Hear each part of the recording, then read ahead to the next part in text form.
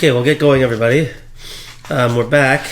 We had a bit of a break from Likutei Moharan through Hanukkah and a few other events, but we're back on Torah Yud Tes, Torah lesson 19, Likutei Moharan. This Torah began on page 118 of the Black Book.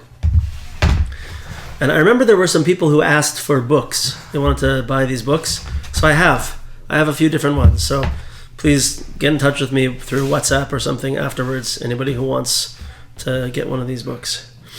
Okay. I want to reiterate that this lesson is difficult. This is a hard one. And it's complex. And it's going to take time. And, pardon me, I'm still getting over my cold.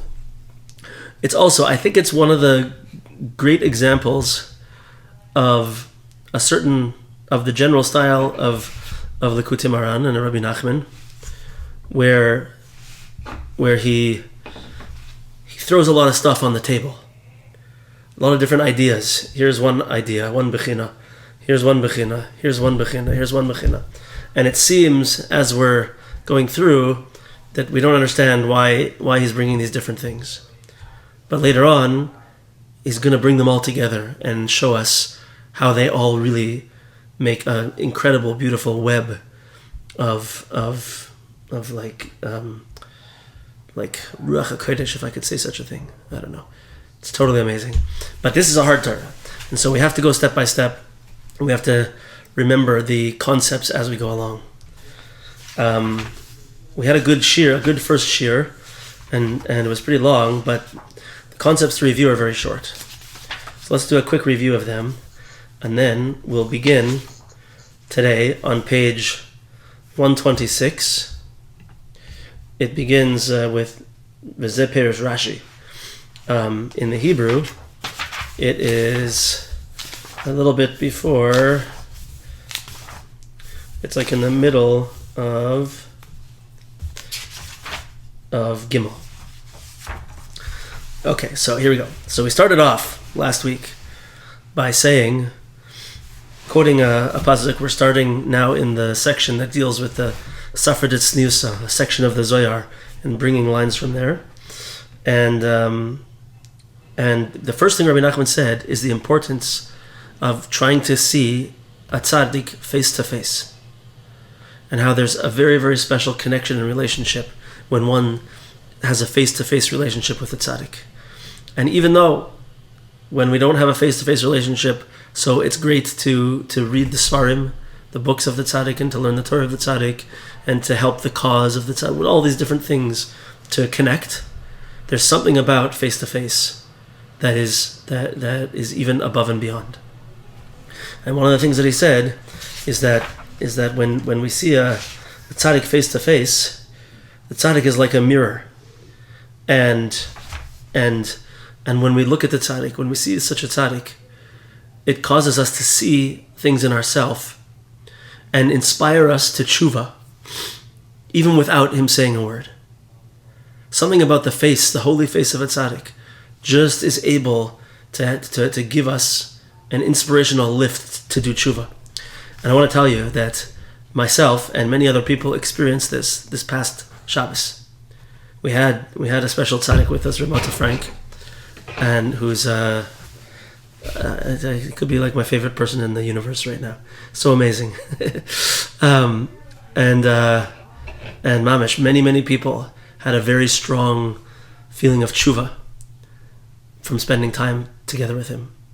And just to be, face to face with him for a whole Shabbos and listening to his Torah and the way he speaks, and to be able to talk to him and ask eitzah from him was mamish a whole.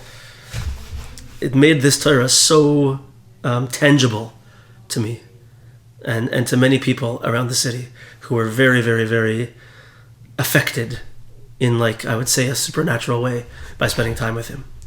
And he shouldn't hear this, because if he hears me talking about him like this, he would be very upset. So this is the first thing, and we should have this relationship with the tzaddik, and the tzaddik should be like a mirror that helps us to be able to see ourselves. So then Rabbi Nachman said that began to talk about the greatness of Lashon HaKodesh, of the Holy Hebrew language. And not just regular spoken Hebrew, but the proper Holy Hebrew language, the language of creation, the language of Torah and Tefillah, and this very elevated aspect. We talked a lot about the language last week, like a lot, so we're not going to talk about it again. And then we explained that the Lashon HaKodesh, the Holy Hebrew language, is connected to Chava, Eve, Chava. And she's called Eim Kochai, she's called Chava, and we saw that from the pasuk that we say in Tehillim, L'layla yechaveh das, that yechaveh, which is part of the shirish of Chava's name, means to express, to tell over. So it's like an aspect of speech. So while we're discussing this concept, the greatness of Lashon HaKodesh, of Hebrew language. By the way, Reb Nosson brings very clearly, I mean, I think it's just obvious that I was saying it like this, that we should understand it this way, but Lashon HaKodesh, it does mean the Hebrew language, but it also means the way in which one speaks. Meaning, the fact that we are careful not to speak Lashon Hara, and that we use our words for positive things, and to help people, and to build people up, and to bring happiness, and inspiration, and Torah, and Tefillah. The way that we use our language, that we don't have a nivel peh, we don't speak like a ruffian, we don't swear and curse words, right? We speak on an elevated level. That, in addition to the actual Hebrew language, is part of Shleimus Lashon HaKodesh, of the holy tongue. So Chava, L'layla yechaveh das, Chava is an aspect of holy speech, and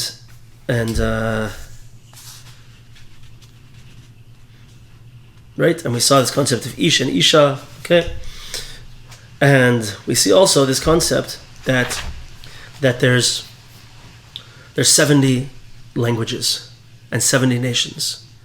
And each one of those roots of those languages has some type of ra to it, some type of evil to it. And on the other hand, you have Lashon HaKodesh, you have the Hebrew language. And through the way that we engage in holy speech, and the way that we elevate our speech, the way that we speak, and also in the Hebrew language, when we elevate that, it causes that evil to fall. And then we said that there is a 70 different aspects of evil to all these different languages, but there's something called the Ra HaKoilel, which is the evil that encompasses everything. And this evil that encompasses everything is what's called the Taivas Niuf, the illicit relations. The desire for illicit relations is Taivas Niuf. And the Zohar HaKadosh talks about these 70 nations corresponding to 70 flaming stars in the sky. And they all come together in one Madura, one inferno. And that inferno is this inferno of Taivas Niuf, which is the illicit desires. So all of those correspond to this, or are encompassed by this one negative existence of evil, of illicit relations, the desire for illicit, immoral relations. Right? So, it's important to remember that when we talk about these things, that I'm sure we know a lot of different people out there who aren't Jewish, right? And it doesn't mean that we have to look at we're not saying that every individual non-Jewish person is evil. There's a certain root to the way that different nations came from and where they developed from. And there's a certain aspect to an entire nation that has something to it. And that is what needs to have a tikkun in the long run. And there is an aspect of negativity, spiritual negativity to every nation. And chas v'shalom, that we should look at an individual and say this person is evil. There's a lot of very good people out there from every race and religion, and we're not looking at an individual and saying that they're evil. God forbid. We're talking about a force that exists in the world that is attached to different places and and the people that come from those places to a certain extent somehow. Right? From from creation, this existed. Okay? I know I probably didn't have to say that to you guys. You guys are on top of this kind of thing, but I just wanted to make sure we spoke it out a little bit. But so we have the Lashon Kodesh on one side, the Hebrew language, and we have the Shivim Lashonos, the 70 languages, and the Inferno of Taivas Niyuf that encompasses all of them. And then we said there's this aspect of chashmal. Now chashmal is this protective spiritual force.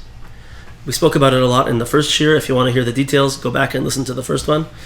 But essentially, chashmal is what pushes away the negative forces that come from all of this negativity, all of this shivim umais and the taivas niyuf. And we said that chashmal is really it's a acronym sort of for chayos eish mamalalais, for fiery speaking angels, living creatures, chayos. So chayos is the same word as chava, and eish is the same word as isha, and mamalalais is to speak. So just like chava isha, you have chayos eish, and they're talking about the same thing. Just like chava is speech, right? So too, chayos is speech in this way, and mamalalais is because this chashmal is what smashes down. Mismalel also means to destroy, to break down, destroys the infernal fire of this Ruachikodesh of Taivas Niyuf. Are you with me? And then we said that b'chol makom shematzu geder erva atamotze kedusha. And wherever we are able to, so this taivas niyuf, this lust really is what it is. Lust is really the all-encompassing negative force in the world. And wherever we make a break from that, we put things into place to stay away from this lust, we are building kedusha in that place. So we're connecting kedusha to the opposite, to being the opposite of that, of lust. And that's where we found ourselves for today. So it's going to get a little more complicated, but we're going to make it through, and soon we'll start seeing how things come together in Mirz Hashem. Okay, let's go. Rashi. And this is what Rashi explains. Alkein yazav ish es aviv es imai v'davak be'ishtai. So the pasuk says in Bereshis, therefore, a man should abandon his mother and his father and his mother, and cling to his wife. And we say mikan shenesar lehem arayas. Rashi says, from here we see that because he has to cling to his wife, that's where the prohibition of adultery came into force, right? In other words, lust, immoral relations, came from this. Rashi says, Ruachikodesh omeres kain. Ruachikodesh says this. That's what Rashi says. A very enigmatic comment. Presumably, Rashi means to say that this was just something that was said by our rabbis in a prophetic type of way, right? But let's see how Rabbi Nachman understands this. Ruachikodesh, hainu lashon hakodesh. Ruachikodesh is synonymous with lashon hakodesh, which is the holy tongue. How do we see such a thing? Kamoi, like we say in Tehillim. So how do we connect ruach to speech, so that Ruach HaKodesh and Lashon HaKodesh can be together? So the pasuk says in Tehillim, "Ruach piv kol tzvaam." Pardon me. The ruach of the mouth, meaning the piv, which is where we speak from. Ruach is connected to the mouth. Shaydei Lashon HaKodesh Nesav and Iskasher HaTaiva Shal Taivas Nif. So by connecting these two, we're saying that the way to get rid of, the way to battle against lustful behavior and the whole concept of immoral physical relations and lust, right, is through holy speech. It's through the Ruach Piv. It's through this. Ruachikodesh Emeres Kain. The Ruach HaKodesh, the Lashon HaKodesh, holy speech is what will knock down this aspect of arayas, of immoral behavior.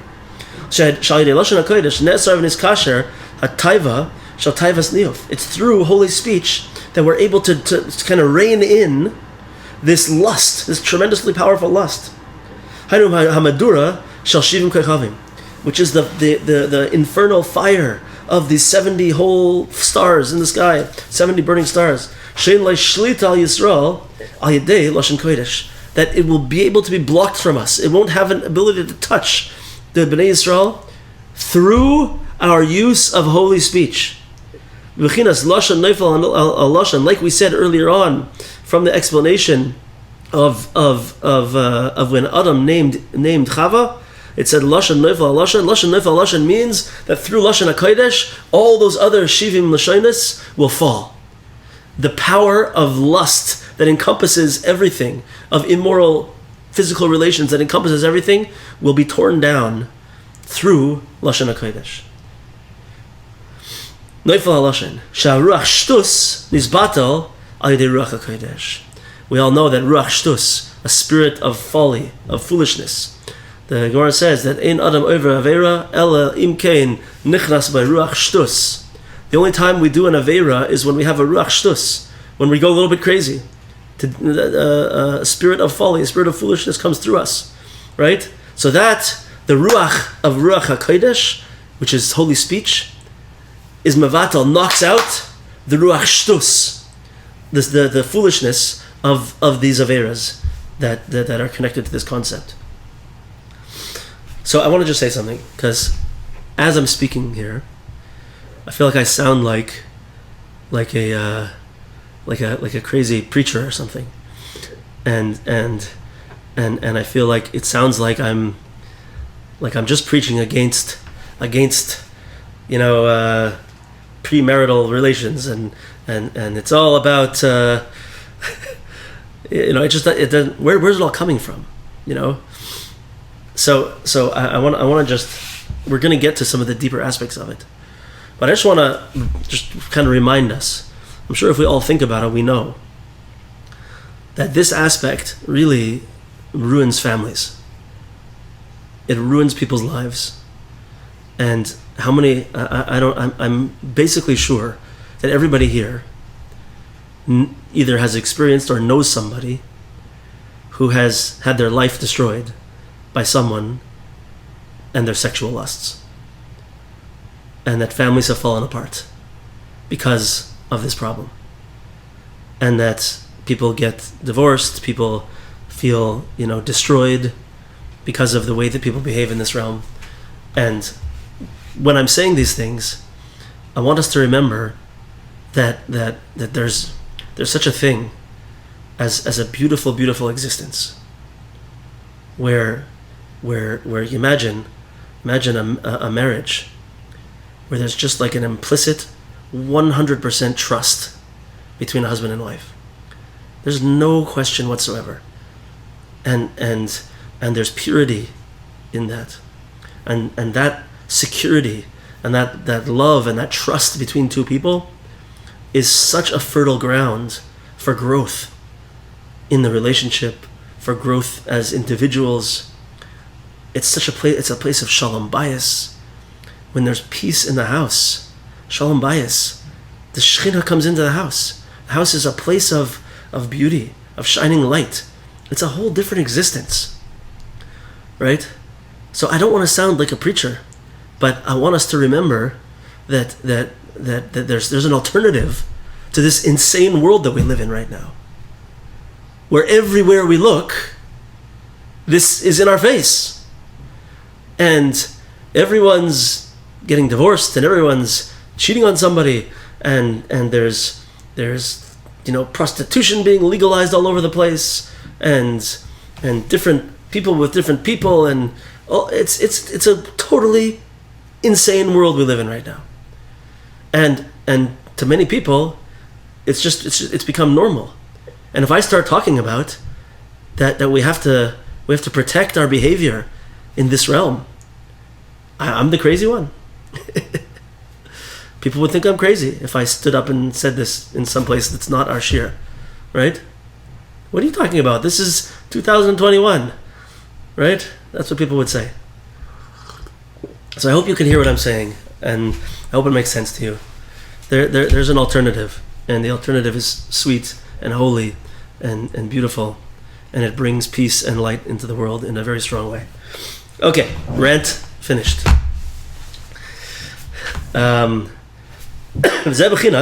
Tikkun habris, and this is also an aspect. So this concept of holy speech is also an aspect of tikkun habris. So tikkun habris means the rectification of this negative behavior.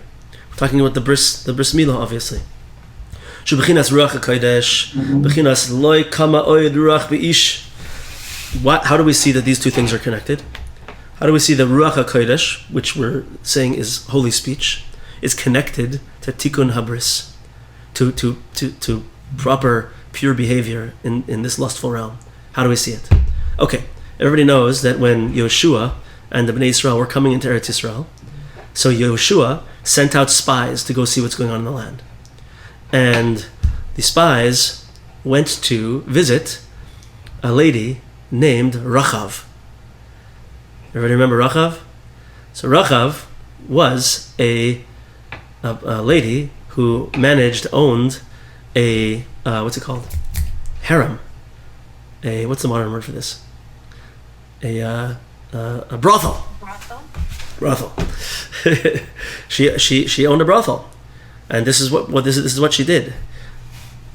Spoiler alert: in the end, Rachav does tremendous tshuva and ends up, I think, marrying Pinchas, if I remember correctly. Anyway, she becomes a very, very holy woman, or Yeshua or something. I don't remember, but she becomes very holy. In any case, when the spies came to her, she told them this line that we just said over here, which is Loi kama oid ruach beish. There's no more ruach in the men. The men were so afraid of the impending invasion by the Bnei Yisrael from the other side of the river that they lost their drive for lust, and they weren't visiting the brothels anymore because they were afraid. So we see Loi kama oid ruach beish. Ruach also means this taivas nius, this drive, lust for lust, right?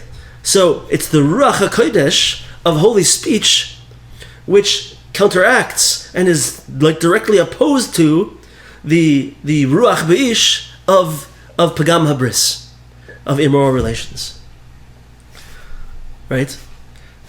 So these two things are being very strongly linked together. Vayisgar basar tachtena, and this is like it says in the pasuk by the creation of Chava, that the flesh was closed in. So, and it says further that loy nitzracha el makom achatach. It was only needed in the place of the cut. Hainu chituch hadibur. Okay, like this. When Chava was created, everybody here probably knows that according to our Masara, it wasn't that Hashem just took a rib out, one rib bone, and from that made Chava out of Adam. We seem to say rather the word Sela over there means like a whole side.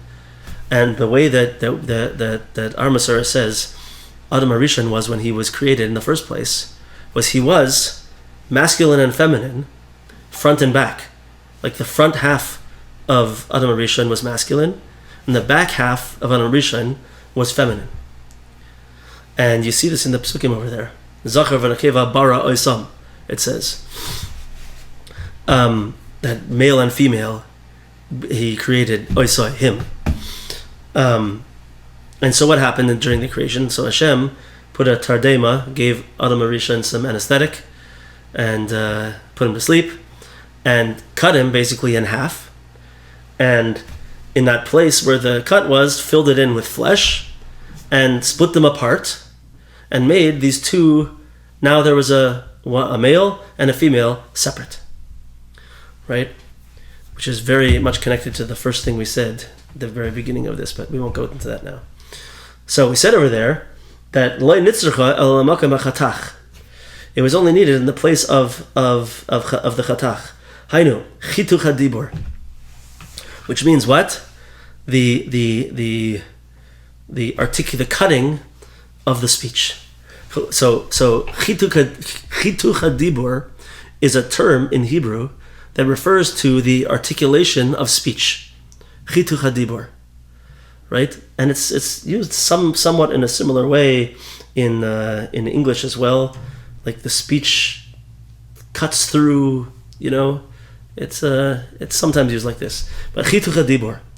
So that chituch is the building up of Chava, the creation of Chava, the filling in, and where she was built is the makom chituch, is chituch hadibur, to further build up this idea of Chava and Lashon HaKodesh and Dibur HaKodesh into this. V'zeh, and this is what it says. There's going to be one more step now. Vayiven, that he built her up.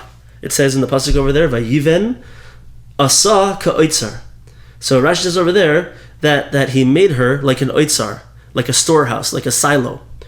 So the standard understanding of it is that the female body is different from the male body. The male body is widest at the shoulders on the top, and the female body is widest at the hips for childbearing, right? So he made her in this shape to be able to bear children, that she should be wider at the bottom, at the hips. But ka'oitzar, what does that mean? Where do we know this word oitzar from? She'ikar asiya v'tikun shalashon hakodesh toila beyiras Hashem hi oitzarai. The pasuk in Yeshaya says, Yiras Hashem, fear and awe of Hashem, hi oitzarai. That is his storehouse, is his treasure house. So oitzar refers to Yira. Yiras Hashem, fear and awe of Hashem. So the fact that Chava was built up and became Chava, became purified, beautiful, amazing speech, holy speech, stems from this concept of Yira. Kamei Shekasuv, like it says in Koheles, everybody knows this one, Soif Davar Hakol Nishma. In the end, everything is heard. That's like speech. Zeh Elokim Yira. Fear Hashem. Fear Elokim. Everything that's heard, all the speech, is based on fear of Hashem. Fear of Hashem. Awe of Hashem. Awe of Hashem. So, and this is also Chava. Let's remember that we say in Eishes Chayil every Shabbos at the very end, Isha Yiras Hashem. It's the nature and the gift and the power of a Jewish woman to be a storehouse of Yira, to embody this concept of Yira. Isha Yiras Hashem, fear and awe of Hashem. And we see over here, the creation of Chava, we're talking about over here, is that it's all about this concept of speech, holy speech, and she was made an oitzar, and the word oitzar refers to Yira, because that's what she's all about. And that's from the left side of Kabbalah, from Bina, Gevura, and down to Malchus. It's all connected to this concept of Yira. And the name Elokim, of course, is Yira as well. V'zeh ka'oitzar shel chitim. And this is like, so Rashi said over there, that she was formed like an oitzar shel chitim, which means a silo, a storehouse that holds wheat. Why wheat? Why did Rashi say an oitzar shel chitim? So chita is the word for wheat. I know, hayira hu oitzar. So Yira, Yiras Hashem is an oitzar, is a storehouse. Shaboy tole asiya v'tikun shel chita. That's an oitzar is the place where's the fixing and the building up of chita, wheat. What's chita? You take the word chita. It's ches, tes, and hey. which is the gematria of 22. Chaf beis oiser shel lashon hakodesh, and oitzer shel chita. It's the source. It's the place that builds the 22 letters of the Hebrew alphabet, that builds lashon hakodesh, the lashon of holiness, the language of creation, the language of Torah and tefillah and everything holy. Comes from the Chaf Beis Oisers, the 22 letters, which is Chita, which is the storehouse, which is Yira. V'zeh b'chinas Elokim diber b'kadshay. This is what the pasuk says in Tehillim. Elokim diber b'kadshay. So Elokim is God, spoke in His holiness, spoke through His holiness. Shedibur hakodesh toile b'Elokim. Why does it say Elokim diber b'kadshay? Why not Hashem diber b'kadshay? Why? Because Elokim is the name of Yira. And Yira, Elokim, Dibur B'Kadshay, Elokim is connected to Dibur, speech. B'Kadshay, holy speech. Holy speech is connected to Elokim, which is Yira, which is Chava. And all of these things are connected. So, how does Yira fit into over here? What does it mean? Let's just say a couple of practical things. It applies across the board, but we can see it over here in a very strong way. And why is it connected to this concept? So there's two aspects of Yira that I always like to say. There's many levels of Yira, right? And people love to talk about, spiritual people love to talk about Yiras Harememus. That means to be in absolute awe of Hashem. Absolute awe of Hashem and the creation and the amazing nature of the universe, right? And I'm so overwhelmed by how amazing Hashem is and His creation and how I see Him taking care of me and I see things happening in my life. I'm so overwhelmed that I'm like awestruck, and it hits me so hard that of course now I'm gonna speak in a much more pure way. How could I, knowing that Hashem is all around and made everything for me and takes care of me and runs the whole universe and is like an infinite supercomputer that makes everything happen for every person exactly the way it's supposed to happen, right? And He's right here with me now. How could I possibly use my speech in a negative way? How could I take that thing that He gave me, that power of dibur, of speech, and use it in a tumadik way? God forbid. But I want us to remember also that for when we're not on that level, and we're not in that moment where we see everything so clear in the universe, that there's such a thing as yira, like being a little bit afraid. I don't want to be patched. I don't want Hashem to give me a wake up call. I have to be careful, right? There's rules.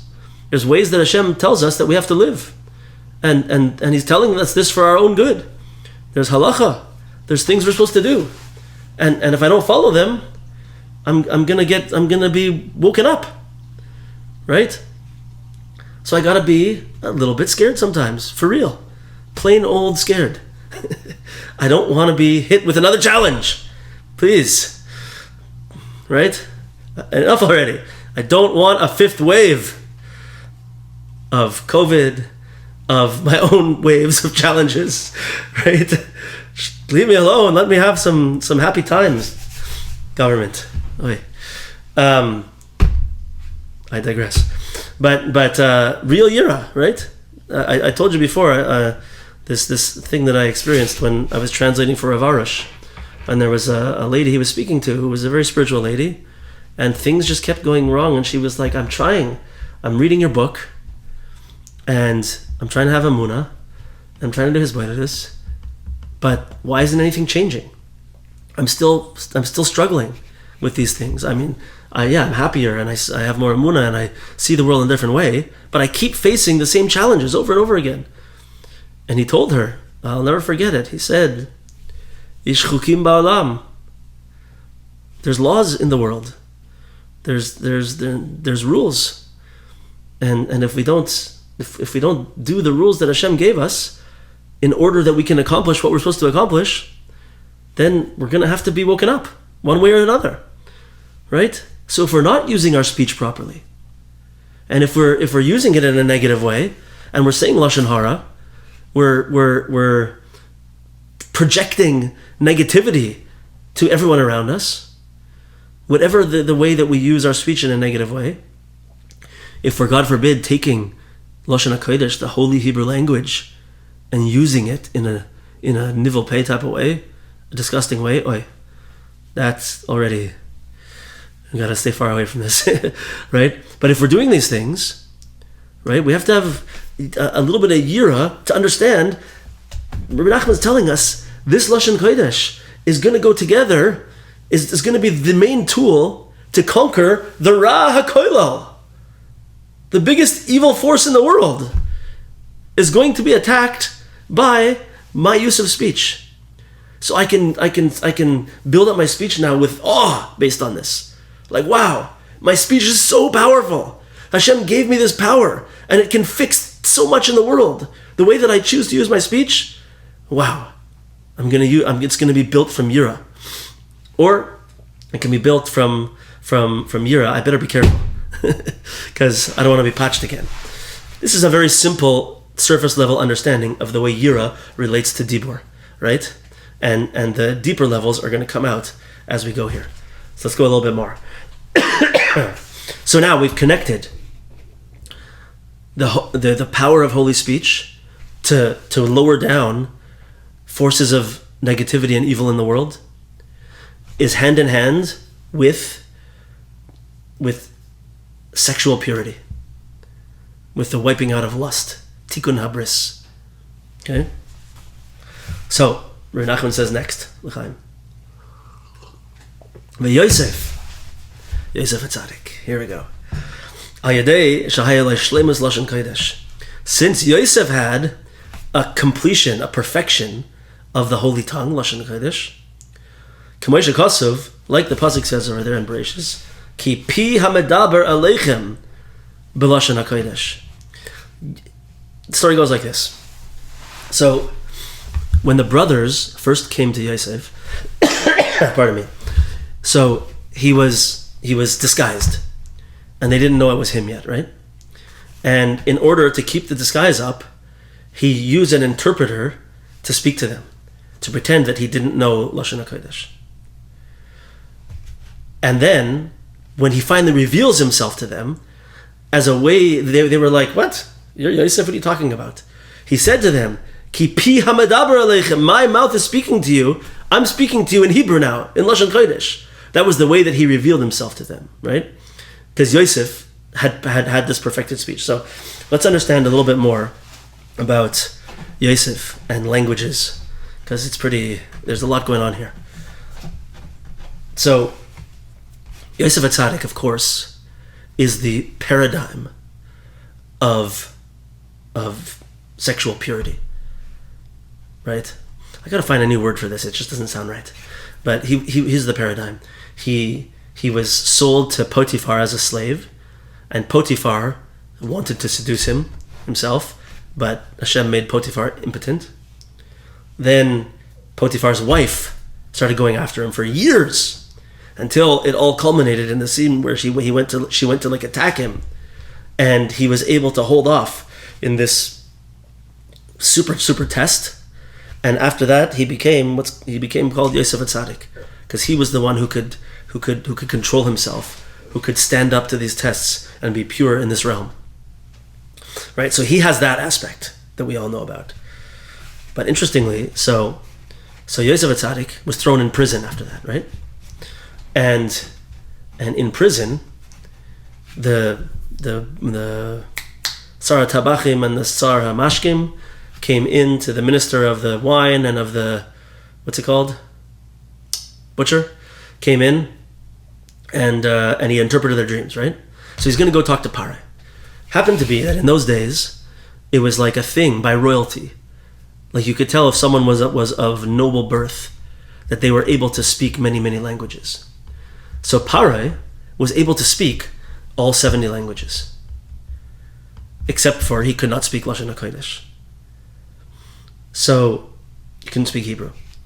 So the night that after he interpreted their dreams, and the night he was going to be brought back to Parai, the Malach came to him, and Malach Gavriel, I think, Malach Gavriel came to Yosef and taught him over all the 70 languages. So when he went back to meet Paro and to interpret his dreams, Yosef and Paro spoke in all 70 languages. Like he tested him out to see what kind of person he was. This is one of the ways that Paro was so impressed with him and realized that he was something not normal, that he was speaking like a king, knowing all the different languages. And he even knew a language that Paro didn't know, which was Lashon HaKodesh. So Paro made him swear to never tell anybody that he knew a language that Paro didn't know. And he didn't. And so it was hidden. Nobody knew that Yosef HaTzaddik knew Hebrew. And they only knew that he was a noble person. And he became the viceroy, the second in command. And this is the scene now, where he's standing there together with his brothers, and he's revealing himself to them. And he says, "It's me." And he speaks to them in Lashon HaKodesh, in such an elevated form of Lashon HaKodesh, as if to say, they were expecting, if they would find Yosef, that he would be, if Yosef was in Mitzrayim, the pit, the worst, most tumadik place, that he would have fallen like any other person. He would have fallen to Pagama Bris. He would have been involved in all sorts of lustful relationships and Tumah and Avodah Zarah and everything. And he spoke to them with such an elevated speech in Lashon Kodesh. That's how he revealed himself to them. And that's how they knew that it was really him. He spoke like a tzaddik, with total kedusha, an elevated speech, right?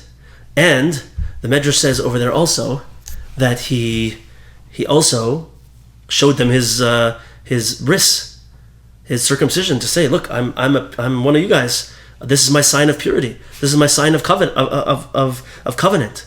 Those are the two things that showed that Yosef was the big tzaddik.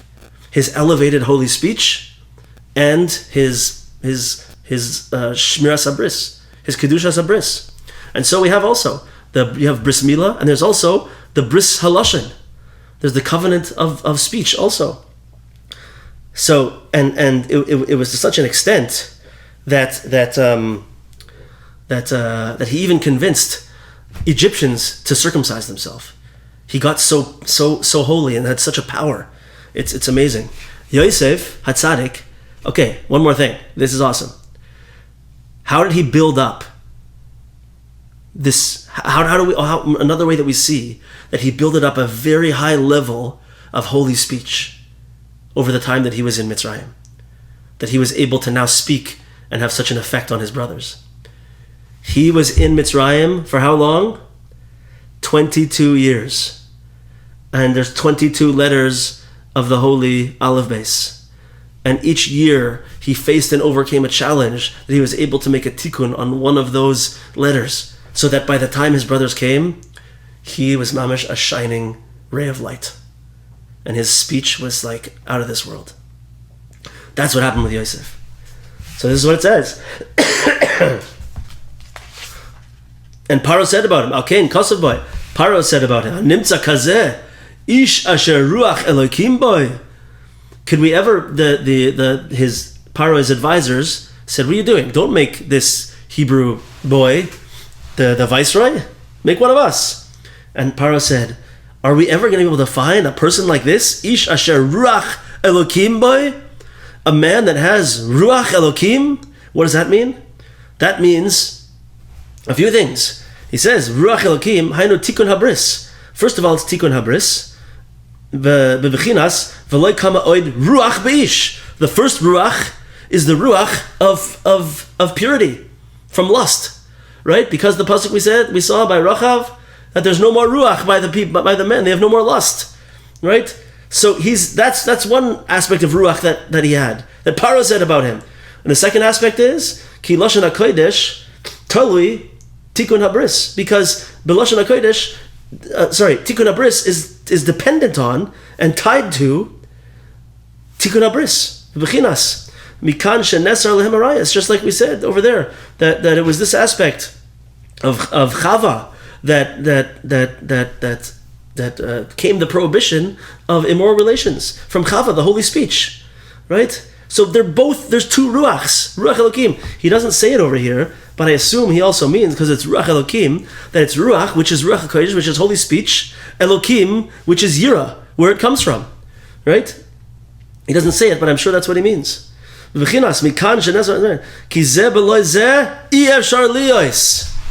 cannot have one without the other. You cannot have holy speech by a lustful person. It won't work. Something will be missing. Something will be missing. And you can't have purity in that realm of Taivas Niyuf without holy speech also. Hainu, Tikkun Habris, V'shleimus Lashon Kodesh, Heim Teluyim Zeh B'zeh. They are dependent one upon the other. V'zeh. Are we going to finish this? What time is it? Okay, we have a little bit more. Okay, everybody with me? Yeah? V'zeh. Roya Zoynais Ya'abed Hoin. Okay, so the pasuk in Mishlei says, one who frequents prostitutes will lose his wealth. It's probably a better translation. But he who keeps company with harlots wastes his wealth. Okay? Al tikri mehoincha el megaroincha. So there's a later on it says in Mishlei, kabed es Hashem mehoincha. Honor Hashem with your wealth. Meaning, hoin means wealth. So the simple meaning of the pasuk is, use everything you have to honor Hashem, right? So, but the Gemara says about that, al tikri hoinecha ala groinecha. Don't say hoinecha, which means your wealth, ala groinecha, your throat, like your voice box. Meaning, honor Hashem with your speech, with your voice. Wealth and speech, voice are connected. So, v'zeh royet zoynes yabed hoin. Someone who frequents harlots is gonna lose his wealth. Al tikri mehoincha ala groincha. Don't say wealth, hoin ala garoin, throat. Shehu bechinas lashon hakodesh. Meaning, someone who's messing with harlots is gonna lose his lashon kodesh. Ki mi shepoigem babris ma'abed lashon kodesh. One who is poigem bris loses his holy speech. Bezeh kabed Hashem mehoincha, which we just said. Honor Hashem with your hoin, with your wealth. Kabed daika. Kabed, honor. Honor is the word used here very specifically. Why? Ki boy toli bechinas kavod. Because, listen to this. Pure behavior in this realm of lust is where a person's honor is built upon. Now, I know that I just feel this is so obvious and strong, and we see it very powerfully. How much respect is lost for a person who is found to be deficient in this realm? Imagine there's a married couple. They've been married for a long time, they have some kids, right? And all of a sudden, you hear that they're getting divorced, and it comes out that the husband was going, off with another lady and doing whatever he was doing, and was not pure in this realm, right? The respect is gone. The honor that any honor that the person had is lost, right? What if it's found out? It's easy to talk about this now because it just happened for the last many years by all the famous people. All this information is coming out that they were all behaving terribly in this way, and they're thrust out of their roles. They're famous people who were thought to be great people, right? Bill Cosby, for example, right? Everybody thought he was like the greatest guy, and he just turned out to be a monster. And in this realm, he lost all of his honor. No kavod. He has no more kavod whatsoever. And there's always tremendous sense when these things happen. There's always a tremendous sense of guilt and shame that goes along with this. The opposite of kavod, right? I think it's tangible and easy to understand this. Are you with me on this? Yeah. Ki boy tolei b'chinas kavod. Ki hefech hakavod heim charafos v'bizyonis. What's the opposite of honor, of kavod? Is embarrassment and shame. And this is the place of embarrassment and shame.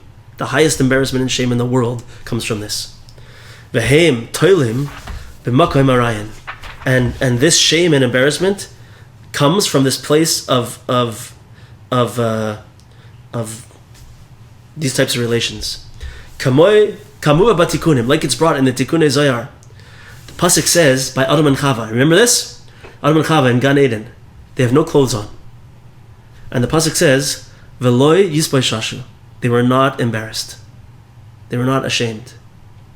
Ein boishes el b'makom arayin. Why? Because at that point they were completely pure. There was no one else.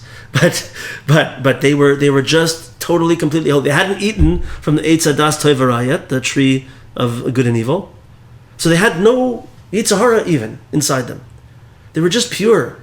And so they were completely naked, V'lo yisboi shashu, and had no embarrassment. Arayin hu pagama bris. Arayin, which means, I guess here he's calling it genitalia, but immoral relations. Hu pagama bris, bechinas orla, which is also the aspect of orla, which means foreskin. Bechinas ki cherpa hilanu. And afterwards, this is what they said. They said like this. When Shechem wanted to take Dinah, the daughter of Yaakov, right? So they went, the brothers went, and told him, you can't have her, because the fact that you have orla, you're not circumcised, you're not pure in this realm, cherpa hilano, that's shameful to us. That's an embarrassment to us. You see, shame and embarrassment is attached to this aspect, right? Cherpa hilano. V'zeh kabed. This is what it means. Like we said, kabed es Hashem mehoinecha, shehu hefech shel charafos u'v'yonis. It's the opposite of shame and embarrassment. Shehu toile behoinecha, and it's dependent on your wealth. Hainu gereinecha, which means your speech. Shehu shleimus lashon kodesh. It's dependent on our holy speech. V'shem Yosef, and Yosef's name, the name of Yosef himself, Al Shem Shleimus Lashon Kodesh, is, and why was he called Yosef? Because of his tremendous level of perfection and completion in holy speech. Shu Tikkun Habris, which is synonymous with purity in the sexual realm, Tikkun Habris. Bechinas, what did his mother say, Rachel, when she named him?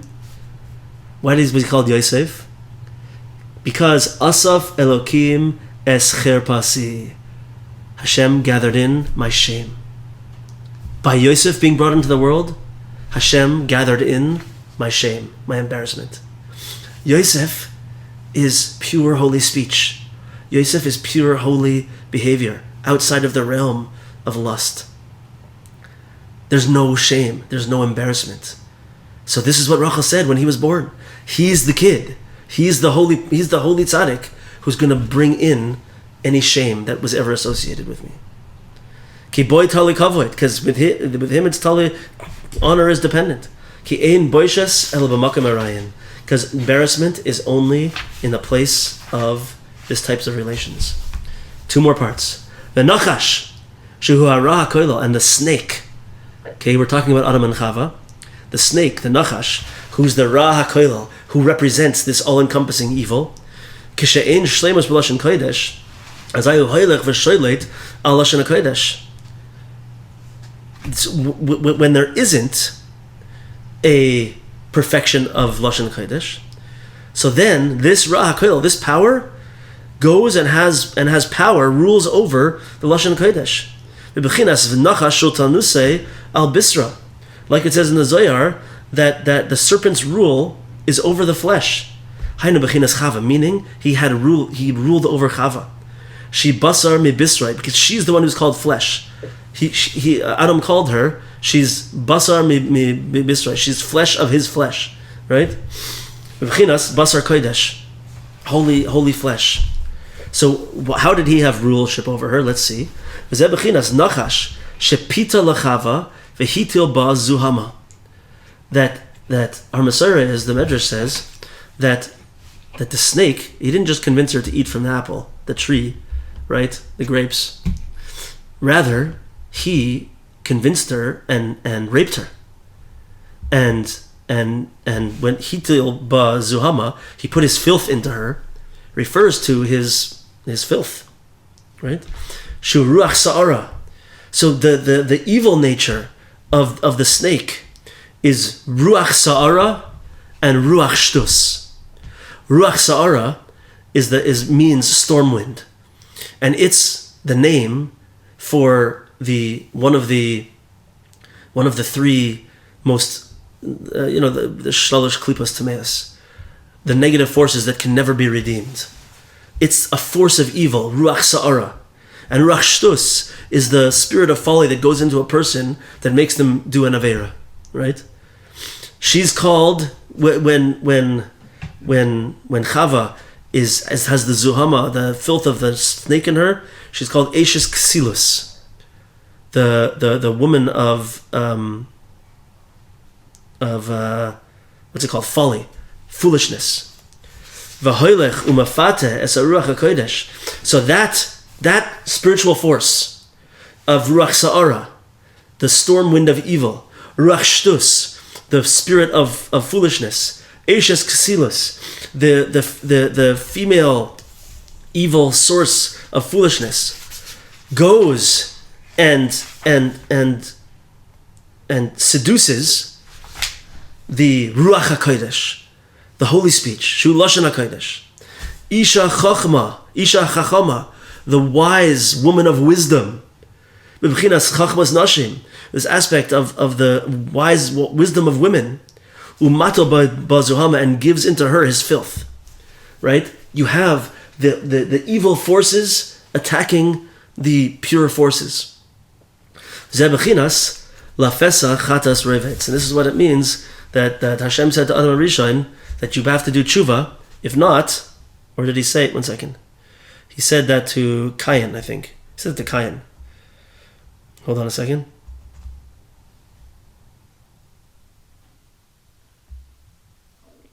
Anyway, do tshuva. If not, sin crouches at the door. Sin is at the door waiting, right? Lepetach chatas revetz. Lefesach hanu pischei picha shalosh. Pesach is also, it's your mouth. It's the place where your mouth opens. That's where Lashon Kodesh comes from. Shachatas hazeh roivetz linoik mimeno. This evil existence wants to take that away. It wants to grab a hold of that and destroy it. So we're building up something here. And we're soon going to see how it starts to really, really come into different realms, and it's going to connect to Shabbos and the time right before Shabbos and the time right after Shabbos. It's going to start to connect to the Lashon of Targum, and it's going to have an amazing thing to do with Purim. Totally amazing. But for now, we see what's building up over here. We have Lashon Kodesh and Tikkun Bris, Shmiras Bris, and this is called Ruachikodesh, and we have on that side Isha Chachama, the woman of wisdom, right? And Yira, we have that on one side, and on the other side we have the Nachash, the snake. We have Ruach Sa'ara, the Ruach of evil, the storm wind of evil. We have Ruach Shtus, the spirit of foolishness that enters into a person to make them do an Aveira. And we have the Isha, what's she called? The Eishes Ksilus, the woman of foolishness. The female forces of awesomeness and good and of evil.